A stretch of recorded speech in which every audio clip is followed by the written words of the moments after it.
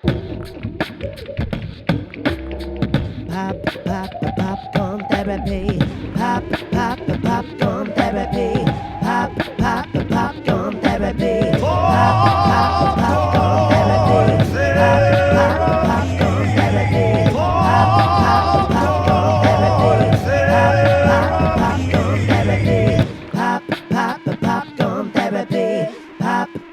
Popcorn therapy. Welcome to Popcorn Therapy. I'm James Pillion. I'm Kane Senes. And we're in session.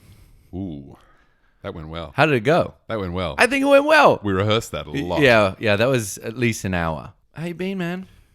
Yeah, it's been an interesting time.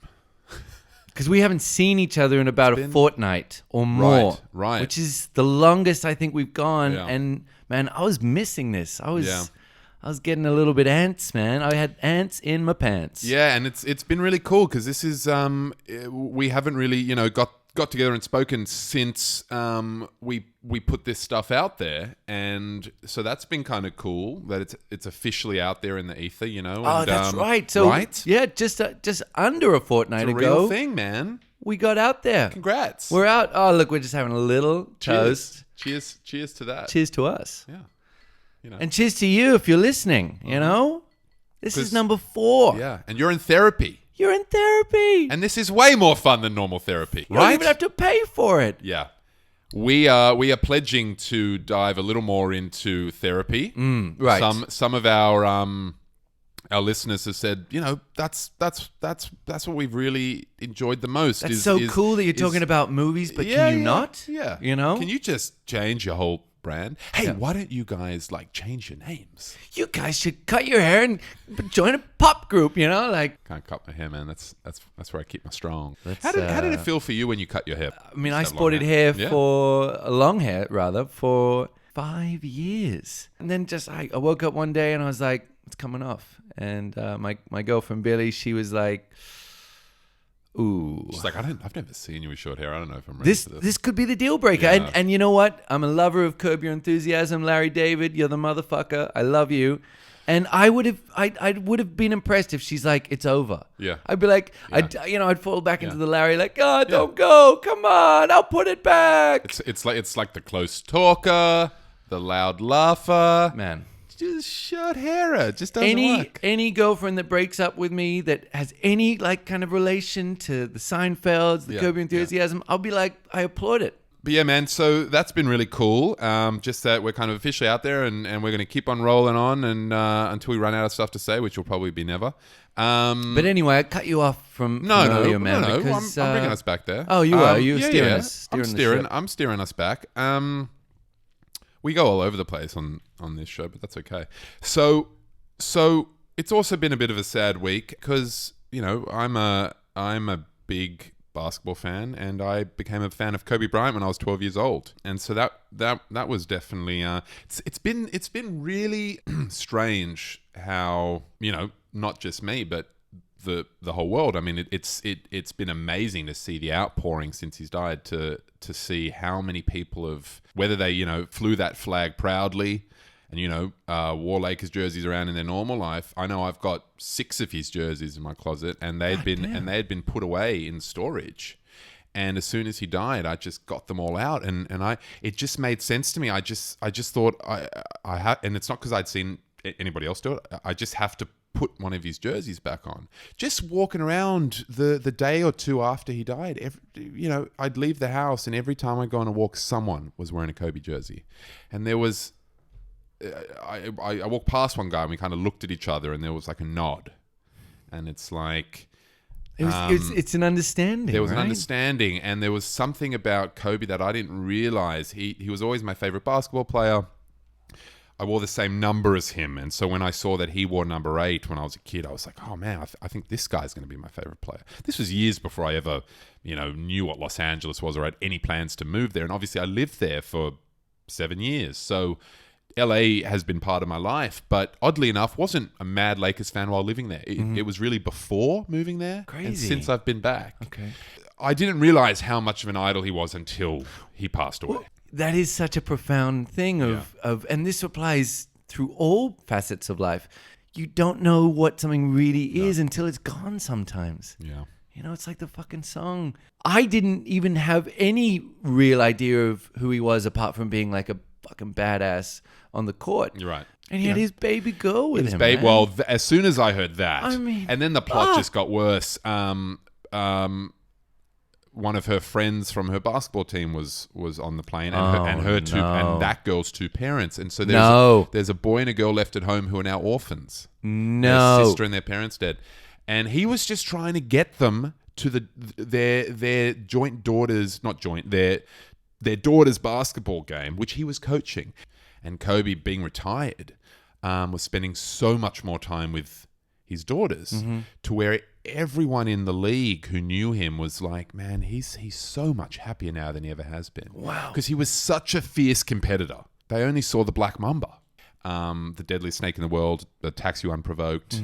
And he created this moniker, this alter ego, right? It wasn't Kobe who was playing on that court. It was the Mamba. It was the Black Mamba. It was like a mythical thing. And so he was just so intense, such a desire to win at all costs. The kind of guy that just lived, breathed it, made it his life, would figure it, would research his enemies' weaknesses, would prey on them, would. It sounds like a movie. He'd win a championship and then they'd have, 2 months off or something. He'd take a week off, maybe 2. And he'd be back in the gym at 5 a.m. every day. He didn't understand why everyone didn't just want to live this fullest, version of their lives. Like, why would you only want to go 60, 70, 80%? Why wouldn't you want to be the best all the time? This reminds me of our conversation from, last episode of Kevin Hart. And we were just talking about that idea of ambition when you have something in your head that can sound rather maniacal, but that's what they see. And they're not going to stop until it's within their grasp. But I've always been inspired by the crazy ones. And by crazy, I mean... people that are pushing the envelope. Motherfuckers. Right. Motherfuckers. Right. Like, I'm just going to fucking take this thing by the balls and I don't give a shit what you think. Because I aspire to that. It almost feels like what it was meant to be. He's going to become a legend. He's going to become this myth that's greater than... yes, but is also the sum of his parts. But is also the sum of his parts because it lines up with everything with everything he's talked about this, especially since he's retired. But think about this on like a bigger level, like these icons that we celebrate. The 27 Club, the Janis Joplins, the Jimi Hendrix. Yeah, it's like that. The Burn Bright, Jim Morrison, Die Young kind of thing. Yeah, and I think. Yeah. Sadly, what's really tragic about it is Kobe doesn't get to grow old, No. And he didn't wreck himself. He didn't wreck himself with drugs and alcohol. It's just like one of those things, it was a man. freak thing. And it happens, you know? It was a freak thing. This whole second phase of his career was going to be in making films. He had this, and he had written children's books.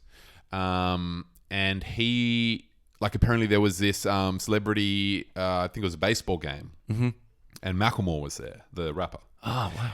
And because he posted this thing that I saw on Instagram where he was just popping tags. Yeah. Where he was just, he'd just come back from the thrift store and... What'd you get at the thrift store, Mac? Yeah. I got the secondhand baseball uniform for the celebrity game. I want to go meet Kobe Bryant. Better look swish. Yeah. And he was like, oh, man, I don't know how to talk to Kobe. He's like an idol. But Kobe came up to him and was like, hey, listen, man, I want to know where your lyrics come from. I want to know where your how your writing process works. All these stories are coming out of the woodwork. Everyone has a Kobe story, and a lot of them are that he would come up and he'd want to know the intricacies of how someone did what they did because he was so infinitely curious, and he just wanted to be like this ultimate being. He wanted to be the best he could be. He actually said to someone, he was like, I'm going to win an Oscar. And apparently he went and he was like, how do I win an Oscar? Because he's come from this world where you win championships. Yeah. So he analyzed it and he figured that the short form medium was that the kinds of people that make short films usually don't have large budgets for those short films because that's why they're making the shorts Yep. usually. And he was like, but I have more resources. I have a lot of money. And very unashamedly about this, just kind of was like, I'm going to attack that. Like, I have no compassion. I'm going to fucking, like he was on the court, I'm going to fucking strangle everybody in that field. And I'm just going to produce something that's incredible and beautiful. John Williams did the score. The maestro himself. So, you know, the film was called Dear Basketball, and it was an article that he had written when he retired on the Players Tribune. So the NBA has this Players Tribune where anyone who wants to write an article about a social thing or a current affair or a current event, they can write that, and it's kind of shared with all the players. It's shared with the world. It's like a paper for the players by the players. Whoa. Yeah. Okay, So he posted this letter upon his retirement. It's kind of like a poem. It's like, thank you to the game. Thank you for giving me everything in my life. Like he thanked the game, right? Okay. And so then he just took that and he got the best animators that he could find and he animated that into a short film. It's funny because I just wanted to go back to what you were saying about how Kobe just wanted to be the best at everything. You know, like he wanted to grow. He really wanted to open up, you know, especially as he knew that eventually my basketball career is going to be up, you know? So what else can I be doing with all of this beautiful energy that I have to give? Because it just makes me think about something that hit me this week, and I really wanted to talk about it. A couple of clashing moments in life since the dawn of the new decade is I saw a trailer for Afterlife, Ghostbusters Afterlife. It's the new Jason Reitman one. Yeah, the new Jason Reitman one. I think they've done a really good job with the rebranding, in my opinion, at least from what I've seen with the trailer. And there's a moment where you understand it's like for, you know, the new generation, these young millennials. And Finn Wolfhard, famous from Stranger Things. And the It films. It. Yes, that's right. He's playing what I came to discover is Harold Ramis's grandson. Egon Spengler's grandson. Yes, that's right. Yes. That's right. Egon. And you know, at least through the trailer, we see it's like a coming of age story where he rediscovers a grandfather he never had. Right. And it's one of those beautiful ones where they become the new Ghostbusters. That's not a spoiler. It's just in the trailer. And then I was also like just sort of feeling so emotional for the fact that Jason Reitman, the son of Ivan Reitman, the original Ghostbusters director, is sort of taking the helm. You know, just that kind of father-son. Yes, Hollywood is incredibly a town of nepotism. You know, but he said, I've listened to Jason Reitman before say, and I believe it was on Smodcast. There was a great interview where he opened up about what it's like to be the son of a great director and be a director yourself. Ooh. And those comparisons and the comparison anxiety that he's lived with his whole life. Oh man. And it's a real thing with him. He's like, he was like, it's the hardest thing in my life. Like I'm, you know, because everybody is looking at you, and especially the sort of gatekeepers, you know, the ones that run the shop as that's Ivan Reitman's son. Well, that's not Jason. That's Ivan Reitman's son. And so he's had to earn that title. You know, like you would, you know, inheriting a business or whatnot. Well, and we're talking about, you know, Ivan Reitman, for those of you who don't know, is the director of, you know, well, shit, let's go back to the beginning. Yeah. Meatballs, Stripes, Ghostbusters, Twins, Woof, Kindergarten Cop, you know, Junior, Father's Day.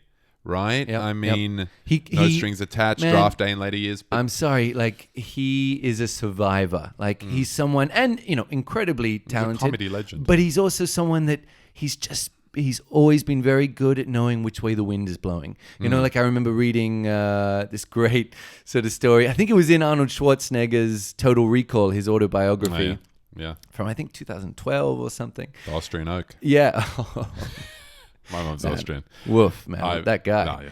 And he's just talking about a trip to Aspen in the early 90s, you know, and just like I always read the book like just with his accent in mind. And he's just talking about being in a sauna with Ivan Reitman. And Ivan's like, and him, Arnold Schwarzenegger, you know, the former governor, pitching this story to, you know, one of the most talented comedic directors saying, I think I could be funny. You know, and Ivan's like a little bit, you know, like you're Mr. the World, you know, like who the hell are you? Like, you know, Dutch from Predator. You're yeah, the Terminator. man. You're a killer. You're Conan. Yeah, you're Conan. And The Destroyer. man, great movie, John Milius, man. Conan the Barbarian #1, Conan the Destroyer #2. Oh, the that's Destroyer, the I think. Was that De Palma? Oh, don't think so. Oh, I don't we think can't so. let He something would like this not go have. He unchecked. wouldn't have picked up. He wouldn't have picked up someone else's lady. You know. Anyway, where were we, Ken? Where were we? Did do Mission Impossible. Yes, he did. He set up the world. Yeah, but Jason Reitman is no, schlub. Like, he's an Oscar-nominated director. Yeah. Thank you for smoking. Thank you for That smoking. was his debut. Up in the Air. Yep. He's a really good filmmaker in his own right, and probably a little more in that kind of Hollywood, that kind of Oscars, conversation than his father ever was. His father was, his films have aged so well because they're the kinds of films that weren't trying to be something else. They were just happy to be the slacker film. They were happy to be the Bill Murray comedy, right? In a time when that was probably more respected than it is now. I think so, yes. Although yes. I think a lot of those, they're all cult films.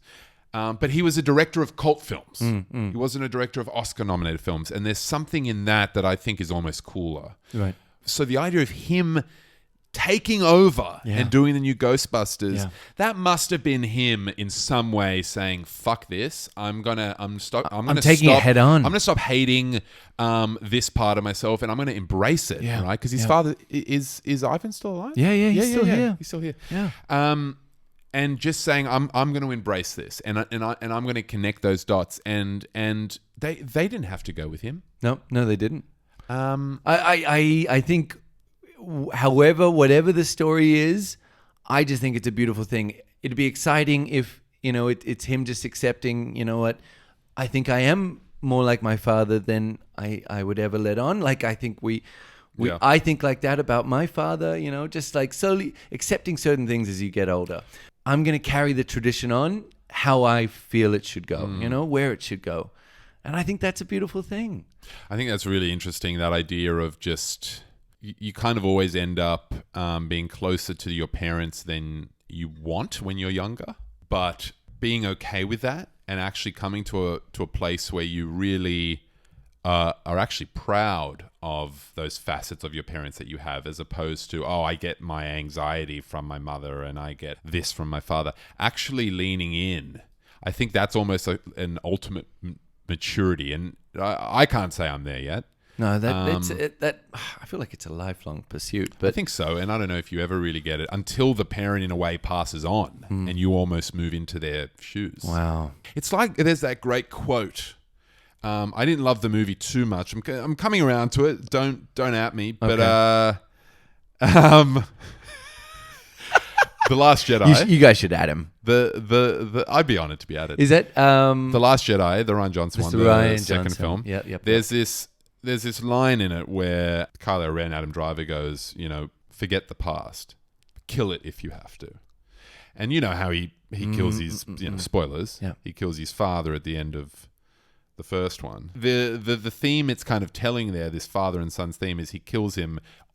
He literally kills him. But the metaphor is, he's trying to distance himself from where he's from. He's trying to become this dark lord, and he believes that that's greatness. He's obviously brainwashed into thinking that is where he was born to be on that mountaintop, and you have to kill those you love and free yourself from any form of kind of familial bond or love or responsibility, and you have to give your life to the Force. Right, it's like how priests aren't allowed to marry and stuff like that. But it's so funny. I was just thinking about this idea of the basics, like the very basics of screenwriting. When you're writing a character, man or woman, but basing a character on where they stand with their parents.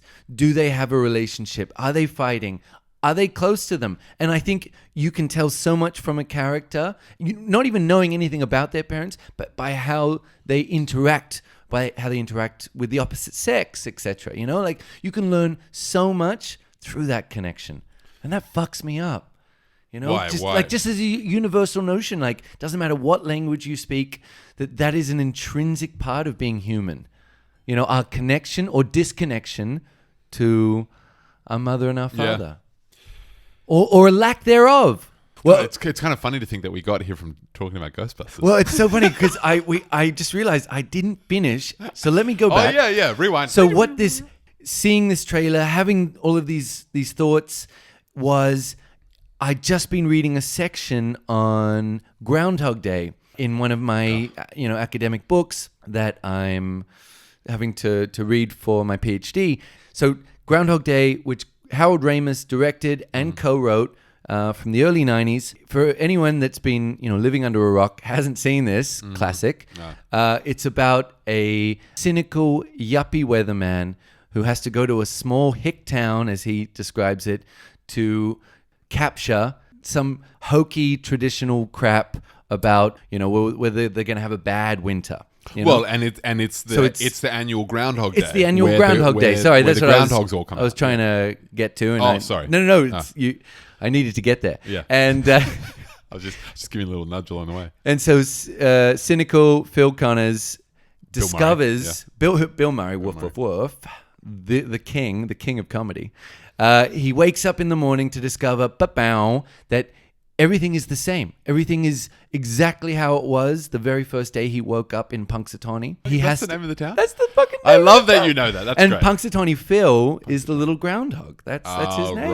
Right. Yeah. He's the local celeb. Yeah. And it's such a you movie. So, but there was this quote, and this is how I wanted to get onto this topic, from the get-go. Okay? So you ready? Okay. The deeper message of Groundhog Day is that most people's lives are like Phil Connors, a repetition with the tiniest variations of ritual pleasures and annoyances. Routine is the metronome marking most of our time on Earth. Phil's gift is to see the film and to seize the day. Right. And man, it just hit me because it fucking connected so well to the Kobe thing of being like, okay, my life has just been on like repeat day after day after day, all in the pursuit of being one of the best basketball players of all time. But then he was also in that time, and I think it was just a maturation, just getting older, getting wiser, making mistakes, falling in love, having kids, that he's like, man, there's more to it. And I want to learn like what goes into the writing the lyrics for Macklemore, what goes into just being a good human being, a smart guy, like prodigious and efficient with my time. I think what really hit me about it is that's what I've been trying to lean into over the last few years, especially, and yes, it was in the wake of making my first movie, which, as you and I both know, is a slug. No matter what the budget is, it's a shit show, from the first day of production or the years before production, just the years of just working in isolation, etc. It just feels like a chunk of your life. Yes, just a chunk. Like a chunk's been taken out that you're never going to get back. It's like scrunched into a piece of paper and just tossed into a bin. And that's where it is. It's a solid 3-4 years, 5 years, 6 years if you include the study. Yeah. And just the figuring out what that film's going to be and then taking it through, right? And the obsession that gets you there. Totally. But that's the thing is like I still struggle with that, and I struggle with this idea and since Kobe's died, and the way it's hit me so much is that I'm catching up on him. You, like me, like all of us, you took him for granted, man. Right. If I found out Jack Nicholson goes, like, that's going to really hurt me. Like, I don't know what it is about him. It's his movies. It's just him as a human being. I've read about him. Yeah. Angelica Houston, she wrote this amazing memoir called Watch Me.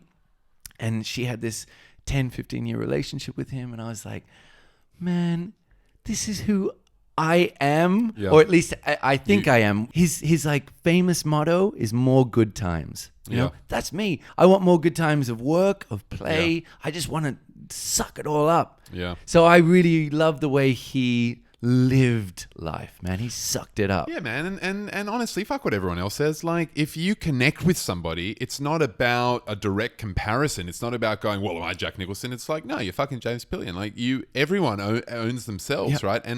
But if you see like, I'm not a professional basketball player.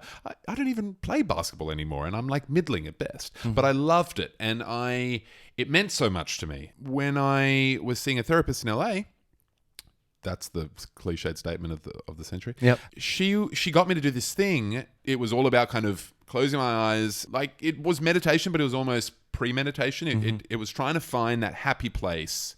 It's like in Fight Club when Ed Norton goes to the ice cube and it's like, where is your happy place? It's like, slide. And there's that penguin, with a little right? penguin. A little penguin. Oh, man. And I went to me with a basketball just gliding down an empty court. That was my happy place. And I was like, but I don't even really play basketball. And she was like, but that's your happy place. This kind of like feels like a recurring thing in our conversations, which is a beautiful thing of like, basketball is like a comfort for you, you know? It brings you back to like a happy place. Yeah, because it's a physical doing, and a lot of the time it's the physical things, right? It's touching things, it's smelling things that take us back to our youth, that tied into nostalgia. There's a melancholy that's wrapped up in nostalgia, and so reliving or going back and catching up with Kobe all these years and watching all these videos, I felt like I've been looking through photo albums of someone that I hadn't seen in years.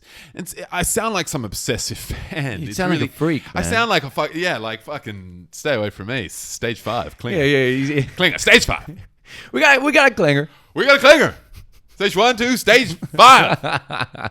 Every year that it's not about being, quote unquote, a normal person or a whatever, a known filmmaker. It's not about that, but it's just about just getting to do what you love and doing it with the best people and just like being a motherfucker and going from strength to strength and not having these long periods where you're just in the lab, chiseling away at this thing that one day someone will see and that'll unlock this thing for you, like an open tap. Yeah. But you can't set out to necessarily expect that. That's what I tell myself. That's the rational. Like, that's not good. Dude, I know exactly how you feel. But then you get a Kobe and he's like, why not?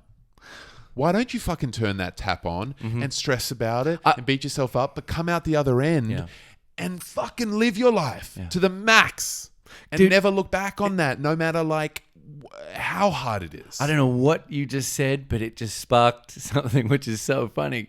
Just because I watched it this week, Uncut Gems. Josh and Benny Safdie's 5th film. And their wildest, I think.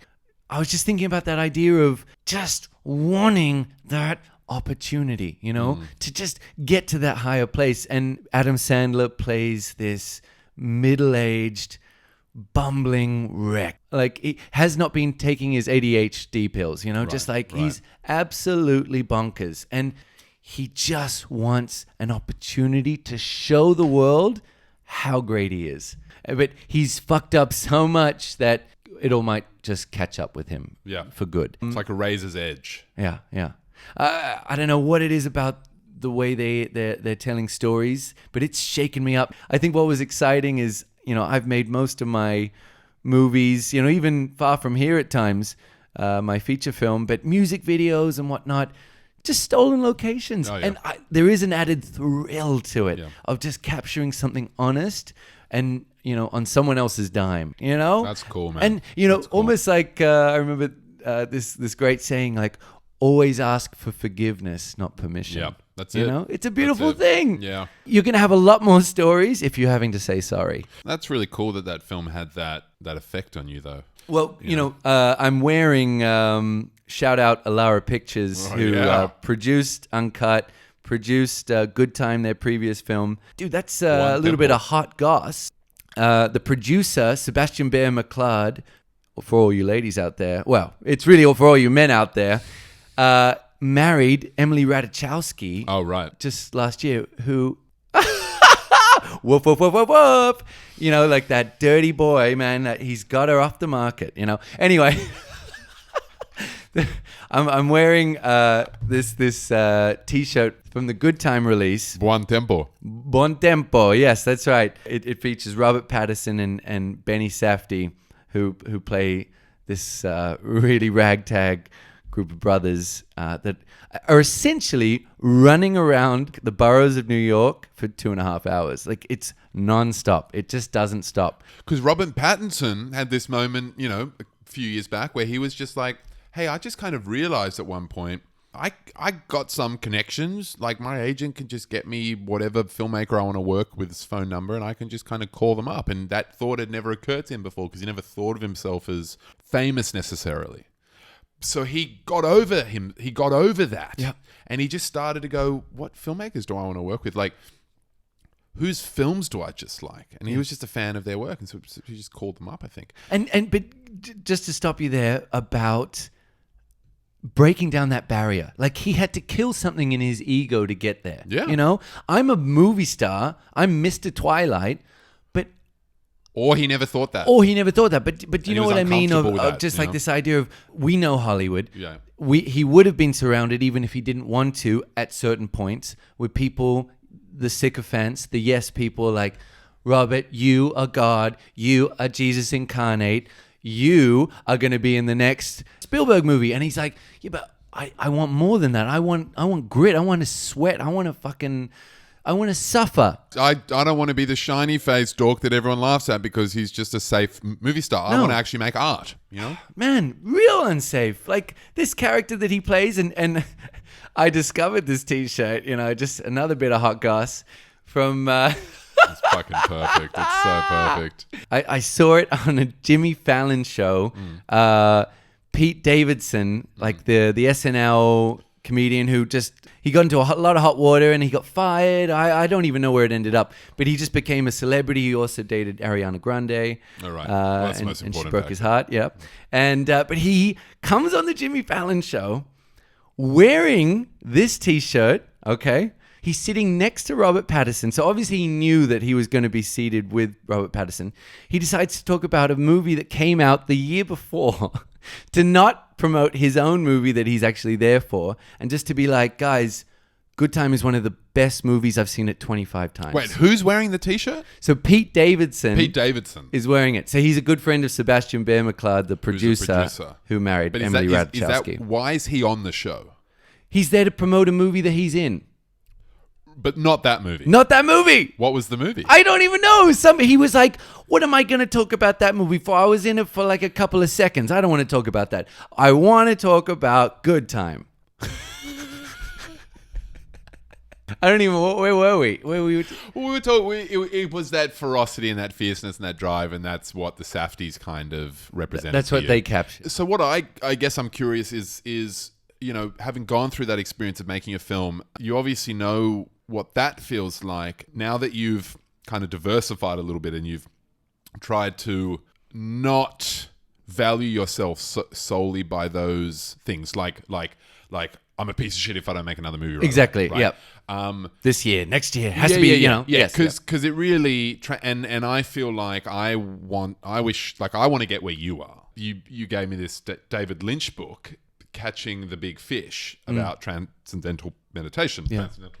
Which I started just over a year ago. Right. Now. Which, I do meditate, but it's not discipline. Like when I read that from the first class he took on TM, that he never missed a meditation session 2 a day. Which is insane. I mean, in 33 years. I don't know if he's like a myth maker like Werner Herzog. Yep, right. Right? Where it's just, you just don't. You're like, I want to believe this, but Werner. I don't know if I can't. Yeah. Sidebar.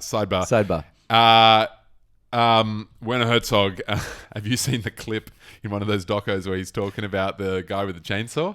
And he's like, I was in South America, deep in the forest, and there were these natives who would chainsaw the trees and sell the trees, and they would work without shoes on. Oh yes, and he'd be like, normally the snakes are so scared of the noise and the chainsaws, and this has happened like twice in the history of civilization. This man saw this chupichua, or whatever it was. It's like a chupichua. It's like it is the most dangerous snake in South America. One bite and within 5 minutes your blood coagulates and you're dead. And this snake just went and bit him twice on the foot. And in that moment he knew, it's 20 minutes to town, I'm going to die. So he just chainsawed his foot off. Oh, Right then and there, within 5 seconds, like within 5 minutes, he made this decision to chainsaw his foot off, and it saved his life. But Werner Herzog's telling you this, and you're like, I don't believe you. But with David Lynch, no, hold on. it feels real when he says that. I need to share my Werner Herzog story. There's never enough Werner Herzog stories. He is one of my heroes that he played such a seminal role of my 20s. I don't know. I've watched so many of his docs, so many of his films. But there was this one which was very formative for me called Burden of Dreams from the early 80s. And it's a documentary on the making of one of his like classics, Fitzcarraldo, baby, from the early 80s, which you had a poster of in your room at Golden Gate when we lived together. Dude, it's funny how it's all feeding back into this idea. Pulling the fucking boat over the hill, right? Insane. Greatest metaphor for making a movie. But just insane a ambition. Real tugboat from the 1800s or whatnot, pulling that over a hill in search of oil or whatnot. Yeah, but they enlisted, the filmmakers, Herzog enlisted That's right. all the natives. All the natives from the area of Peru, of people like Peruvian, the Amazon. To pull this, but that's like Ben-Hur type shit. Like they're pulling this boat. It's like slave labor. Like they're pulling this thing over a mountain, over an embankment and down the other side. And there's this like incredible moment, like it's just always stayed with me, of Werner on the top of one of the tugboats, and it's going down this like crazy ravine. And he's on there, and he's like, so German at this moment. Like, and he's just like, just placid face with a cigarette dangling from his lips. And he's ducking and weaving as like all of these like Amazonian vines are coming through, over the boat. And it's just like, I will never be this guy. Like, he's like the definition of macho, But he was like the Kobe Bryant in that moment. He was of the film Kobe directors. Bryant, man. They're like, how do I get a shot of this tugboat going down these rapids? But they didn't fake anything because they were so far up the Amazon. They were making it like as if it was like a documentary shoot, but they were shooting this narrative. Yeah. And they're employing the natives and all that. And so he's like, we're just going to put the boat down the rapids and we're just going to have one cameraman on board strapped up to a post, and we're going to put Klaus Kinski, the actor. And Klaus Kinski was another nutcase. He's like, I'll do it for you, Werner, I'll do it. And so they put him and Werner, and they just send this boat down the rapids. You could never do that today. And they were like banging, and on the doco you see them like smacking into the walls, and they're like about to fall off, and they're like, God, they can't stop the boat. They were maniacs. They were like film students who fuck up and do the wrong thing and get pulled into the dean's office, and are like, you can't do that. Oh my God. You can't do that. You almost killed yourselves. That's what Herzog did. That's what he did. For years. And Mick Jagger was once, part of the production. Man, years. But that blind ambition that Herzog has very much reminds me of the whole kind of, feels like this theme of this episode, this Mamba mentality, right? Man, it echoes through your different... He's white Mamba, like... But man, my favorite story from Fitzcarraldo, since we're on the Herzog train. So Werner and Klaus Kinski, the lead actor who was the father of Natasha Kinski, he was a seminal German actor, but a fucking lunatic. Like, actually a really bad guy. Like, in our 2020 age, man, he would have been in prison long ago. But he had a famous temper, and it would arise for all particular reasons. And there was this one great story where Werner and Klaus had this huge spat. Everyone's watching. There's all the Indians who are there to pull the boat. Everyone's watching. There's hundreds of people. They both go to their corners, and Werner's in his cabin fuming, and the chief of the tribe comes in and just asks very, very calmly, "Is everything okay?" And Werner's like, "Yes, it's okay. It's okay." And he's like, "Would you like us to kill him. And Werner's like, what do you mean? He's like, would you like us to kill Klaus for you? And he's like, not today.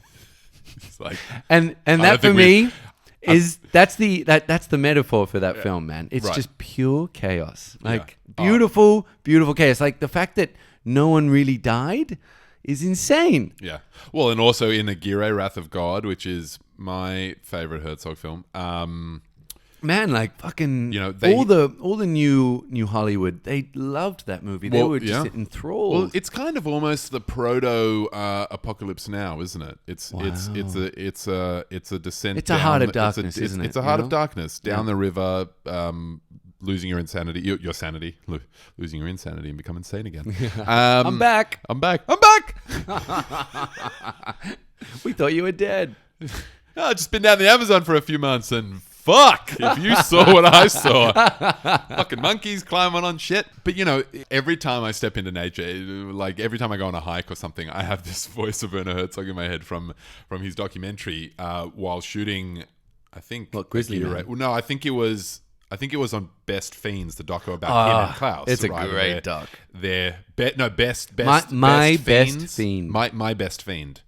And they're shooting Aguirre, Wrath of God, and he's in the jungle, and he turns to the documentary, he's like, I absolutely hate the jungle. I hate nature. He goes, I hate nature. It is vile and base and evil, but I respect it. Like he just straight up, he's just like, and I've always thought you can't hate nature. Like it's kind of how I feel when I like step on like the train. But then the anxiety comes in there, and I go, well, what if we live in a Blade Runner future where all we have are fake plants? And I'm like, man, I should have appreciated it while I had it and not been afraid of it. That is just a big part of what my journey has been through, at least through the last 12 months, especially with meditating. Enjoy it now, you know, like even the really mundane moments. Yeah. Try if you can to step out of yourself, to be mindful that this won't last, you know, like whatever you're in right now, it'll be different tomorrow. Yeah. It'll be different the day after that.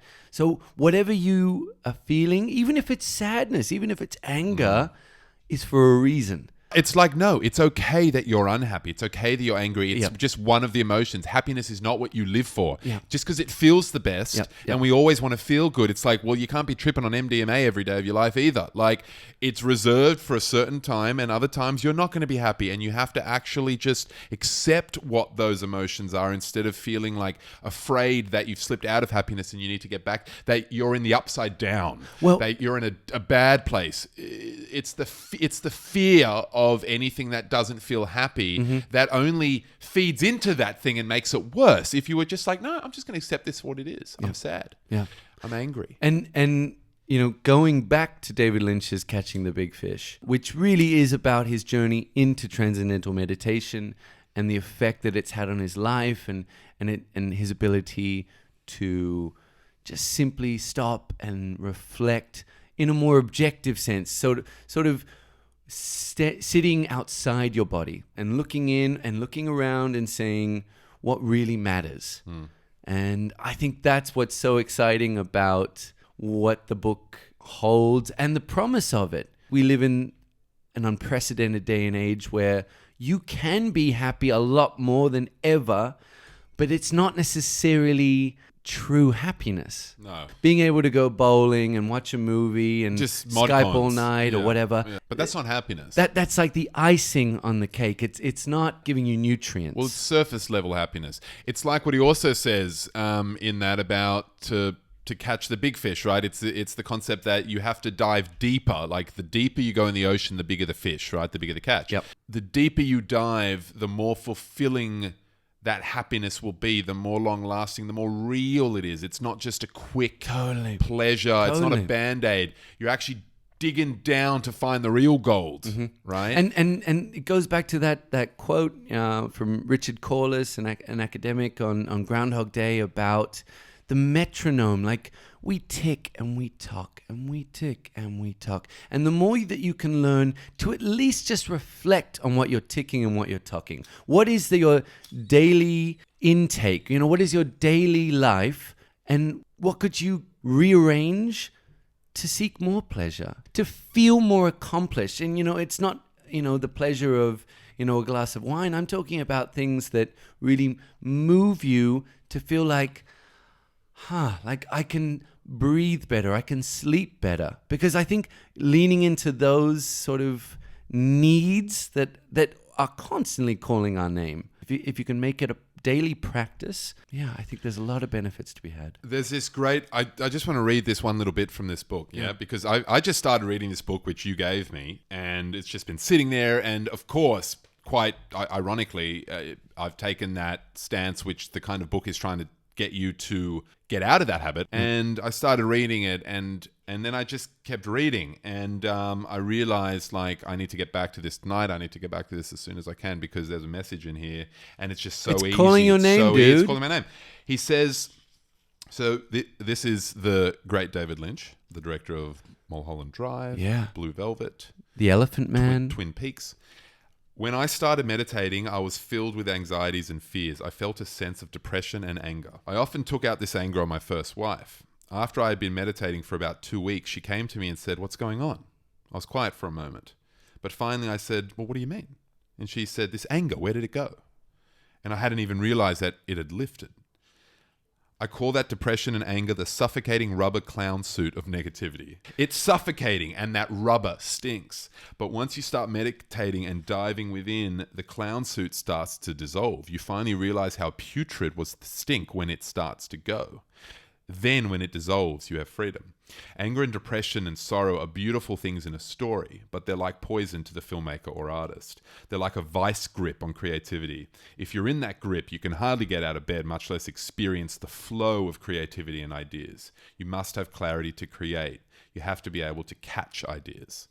So, it's like, it just got me thinking about like the fisherman and that just patience to wait for that catch. And here I am going, got to get this done by Friday, got to get this script out, producers are waiting on it, got to get the momentum going, got to go out, got to make this movie, got to find the money, got to get on with my life. Yeah. And that's the poison, and it's about trying to capture the ambition that's in that, but funnel it more like what Kobe's talking about, funnel it more into just like, put your motherfucking head down, take what you want, but fill yourself with feeling relaxed, feeling like you have time, feeling like there's nothing wrong, and that's when the creativity comes. I know exactly what you mean, because it used to be a really, really constricting part of my life, and it still is, in a different context, but I just have tools to work at it, and I think that's what meditation sort of teaches. It's those tools. There was a part in the Lynch book where he talks about how working on creativity with love and passion in your body instead of just anger and anxiety and hate and comparison anxiety. The people I admire, they're going to bed early. They're getting up early. They're making the most of what they can to put into what they love. Well, however that works for you. If you're a night worker and then no, that's fine too. Time is an incredibly important part of my life, like it is for most of you out there, I'm sure. But this idea of what I really struggle with in the beginning with the meditation is like, I'm giving up 40 minutes of my day for this, 20 minutes in the morning, 20 minutes in the afternoon. So funny, and usually I only get to the morning part, Right. That just still shows how much I've got to work with the notion of time. It's insane, but it's true that if you put the time in, the working hours, they get a lot more productive. You get a lot more done, and you're not wasting that time. Or if you are, you're very conscious of it, and you're making a decision to waste the time because it's for the best. Yeah. Man, to be honest, I think we'll keep touching base on this idea as we go on, because that's just something that is, at least for me, right there in the foreground of my daily experience. Mm-hmm. My daily experience going, dude, let's make sure that this is like an ongoing conversation, because this is why we're talking to you tonight. This is the popcorn therapy, that we're filmmakers. We love telling stories. We love popcorn stories. But we want to get better. We want to get better as human beings. And we think if you're listening, you do too. I don't know if anyone really has the answers. course I they think don't. you're smart to No. listen to people that have more experience than you. I'm just saying But it's good to surround yourself with people that say, I don't know. Yeah. Because the ones that are willing to surrender and say, I'm looking for answers, are the ones that are going to get better, man. Look at anyone successful, and I'm talking about anyone, they ask questions. Man, I've had another beautiful night with you. I feel like I've been to therapy. Yeah, dude. I feel like this is the closest, just therapy episode. This is the therapy episode. I feel like I was unburdening a lot of stuff, and you were just like, and then what happened, and how did that make you feel? And like, I was like, oh my God, am I just making James my therapist right now? Felt a little bit like that. It I'm does sorry, also help but I that had Kane's lying in one of those beautiful leather chairs right now. You know the ones from Yeah. like those 50s like my movies. head on the cylindrical cushion. yeah. I've always wanted to lie My on mum's one got of one those. of those. Oh my that God. therapy chair. That's Where incredible. you lie there, and every time I lie on it, I'm just like, We nah. should get some PR photos on it, you know? We should. Yeah. And like someone's like we're Yes. like someone's like taking notes and the other one's lying We there. should. That's a pretty good fun. idea. With some popcorn. With some popcorn. Okay, I like That's that. a good idea. Season 2. So thanks for joining us. And if you've just somehow stumbled upon us, you can look us up on Instagram at Popcorn Therapy Podcast or on the WWWs at popcorntherapythepodcast.com. And please, if you're coming at us from the Apple Podcast world, please don't forget to subscribe to us and rate and review. Kane's just showed me the heart of the press. I'm telling James, what if we said we're out of time, like a therapy session? We should almost get like one of those obnoxious buttons, like the ones they have on the game shows. And it's like, we're out of time. What kind of therapy session would that be? You're lying there and it's just like, you're like, and then my father, It's he like- said, bah! It's like going to like carny therapy. It's like some guy's like just smoking a cigar. He's like, and we're out of time. Next customer. Step right up. Meanwhile, you're still crying. You're still like, but we haven't gotten to my mommy issues yet. And he's like, next, take the gift bag on the way out. Yeah, you can line back up if you want. It's not too long this time of year. Thanks for listening. Until next time. We're gonna have to pick this up next week. Let's pick this up next week. Let's pick this up next week. We're out of time. Toodaloo.